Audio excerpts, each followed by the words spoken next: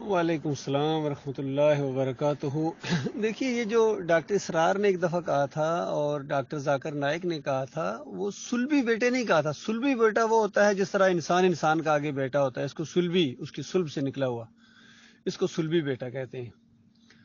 تو ان لوگوں کو کہنا یہ تھا کہ عیسیٰ علیہ السلام سلبی تو نہیں ہے، اگر سلبی مانو گے تو پھر تو یہ شرک ہے، لیکن اگر عام پیار سے، محبت سے، روحانی طور پر بیٹا کہہ دیا جائے تو کہتے ہیں کوئی حرج نہیں۔ تو یہ ہم اس کے انکاری تھے کہ تم بیٹے کا لفظ کیوں استعمال کرتے ہو؟ اللہ کے لیے یہ لفظ استعمال کرنا ہی جائز نہیں ہے، اور خاص کر ایسا لفظ استعمال کرنا جو دوسرا کہ اچھا ٹھیک ہے جی تم پیار سے والا مان لو، اگر وہ عیسائیین کو کہہ دیں ٹھیک ہے تم پیار محبت سے مان لو اور ہم دوسرا مانتے ہیں تو بیٹا تو دونوں مانتے ہیں۔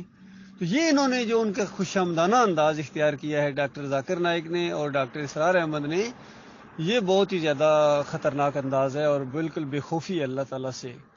اسی طرح جس طرح علی انجینئر نے کہا کہ جنت میں اللہ تعالیٰ ہر انسان کو چھوٹا چھوٹا اللہ بنا دے گا، بتائیے یہ بات کہنے کی ہے؟ اور دو دلیلیں دی، اس کے بعد تیسری نہیں دی، دوسری اور باتیں ہزاروں لاکھوں کروڑوں خربوں جو باتیں وہ پھر اس کے خلاف جا رہی ہیں، ادھر اس کا دھیان نہیں جا رہا ہے، صرف دو دلیلیں اس نے دی۔ کس طرح؟ دیکھو جی،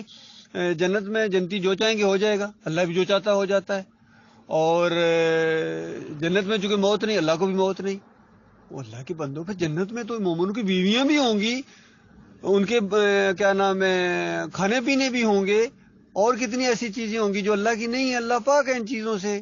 تو اللہ کے ساتھ کیوں ملا ہے؟ چھوٹا اللہ کا کیا معاملہ، چھوٹے چھوٹے اللہ بنا دے گا؟ نہیں، جو کچھ انسان مانگے گا اللہ اس کو دے گا، یہ نہیں کہ جو خود کہے گا وہ خود ہو جائے گا، یہ والی صفت اللہ کسی کو نہیں دیتا ہے۔ اسی سے تو محمد حنیف صاحب نے دھوکہ کھایا کہ اللہ اپنی صفت عیسیٰ علیہ السلام کو دے دی۔ اللہ اپنی صفت نہیں دیتا ہے، بلکہ اس کی صفات تو جنت میں اور وہ جہنم کے معاملے میں اور زیادہ سامنے آئیں گی۔ اس کی صفات، وہ کتنا قہار اور جبار ہے آگے پتہ چلے گا،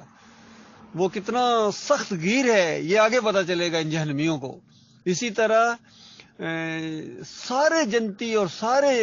یعنی انسان اور سارے جن ایک ہی لمحے کے اندر جو چاہیں گے جو مانگیں گے وہ اللہ ان کو دے گا۔ اللہ کی یہ قدرت صفت سامنے آئے گی کہ اللہ کتنی قدرتوں والا ہے کہ ہر لمحے نہ نیند نہ اونگ، اور ہر لمحے ایک ہی لمحے کے اندر ساری انسانیت اور سارے جنات کی ہر خواہش کو وہ پوری کرے ایک ہی لمحے کے اندر، اور اسی ایک ہی لمحے کے اندر سب کے خیالات جاننا، سب کی ہماری عقل میں یہ چیز نہیں آ سکتی۔ کیوں؟ یہ خدائی ہے، یہ الوہیت ہے، پر الوہیت ہم کیسے سمجھ سکتے ہیں بتائیے؟ ہماری سمجھ میں ہم نے صرف ایمان لانا ہے کہ مالک ہے، ایسا ہے۔ اور پھر حدیث میں آتا ہے جو مقام محمود کہا گیا نا، نبی علیہ السلام قیامت کے دن مقام محمود پر ہوں گے، یعنی وہ ایسا مقام جو حمد کیا گیا ہے، اور اس میں نبی علیہ السلام کے اوپر ایسی ایسی حمد اللہ القا کرے گا، سجدے میں گریں گے نبی علیہ السلام اور ایسی حمد اللہ تعالیٰ ان کو بیان کرے گا جو ابھی کسی کو بتائی ہی نہیں۔ ایسے ایسے نام ہیں اللہ تعالیٰ کے، ایسے ایسے نام ہیں، جس طرح ایک نبی علیہ السلام کی دعا آتی ہے کہ یا اللہ تجھے ان ناموں کا واسطہ، سارے کے سارے ناموں کا واسطہ،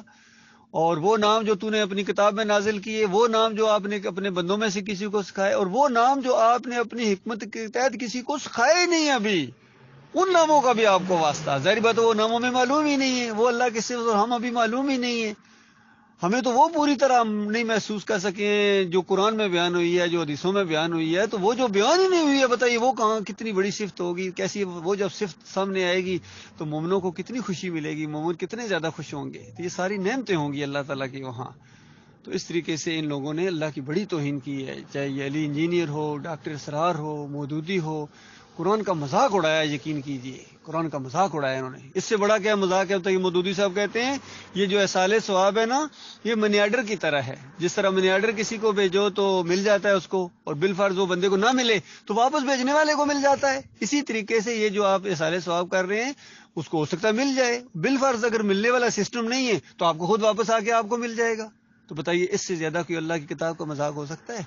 مذاق اڑایا، رسولوں کا مذاق اڑایا انہوں نے، اور صوفیوں نے تو حد کر دی ہے۔ عبد القادر جیلانی کے واقعات آپ پڑھیں، کہتے ہیں شریعت کا پابند نہ ہوتا تو بتا دیتا کیا کھا کے آئے ہو، کیا گھر میں چھوڑ کے آئے ہو، پوری طرح نقل اتاری اس معجزے کی جو عیسیٰ علیہ السلام کہا کرتے تھے کہ بالکل میں بتا دیتا ہوں، کہ وہ اللہ کی حکم تھی، وہ معجزہ تھا، اللہ بتاتا تھا ان کو، اپنے علم سے نہیں، اللہ ان کو بتاتا تھا وحی کے ذریعے کہ یہ بندہ یہ کھا کے آیا ہے اور یہ گھر میں یہ چھوڑ کے آیا ہے۔ تو اب یہ اصل میں معجزہ ہوتا تھا کہ ایک بندہ سوچے اگلا کہ بتاؤ یہ انسان تو نہیں بتا سکتا ہے، تو یہ جب انہوں نے بتائی ہے تو یہ اس کا مطلب ہے یہ اللہ کے پیغمبر ہیں، اللہ نے وحی کیا، یہ کہتے ہیں میرے اوپر وحی آتی ہے، تو یہ وحی ان کو بتائیے، یہی پیغمبر ہیں اللہ تعالیٰ کے، معجزے اس وجہ سے ہوتے ہیں، اللہ تعالیٰ اپنی یہ جو نشانیاں دکھاتا ہے یہ اس وجہ سے۔ بلکہ نبی علیہ السلام کا بھی ایک اسی طرح کا معجزہ تھا، کوئی بندہ کوئی چیز کھا کے آیا یا کوئی بات کر کے آیا اس طریقے سے، تو نبی علیہ السلام نے جب اس کو بتایا تو وہ حیران رہ گیا، اور اس نے کہا کہ یہ بات کوئی نہیں جان سکتا سوائے اللہ کے، اور یہ اللہ نے ان کو بتائی ہے، اور یہ واقعی اللہ کے پیغمبر ہے، اس وجہ سے ہوتے ہیں۔ باقی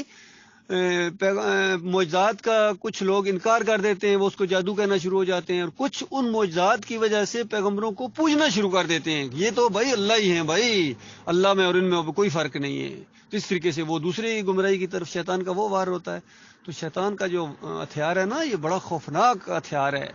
اور جب تک پوری طرح چکنے نہ رہیں یہ وار بڑا شدید وار کرتا ہے۔ اللہ تعالیٰ اس کے وار سے اپنی پناہ میں رکھے۔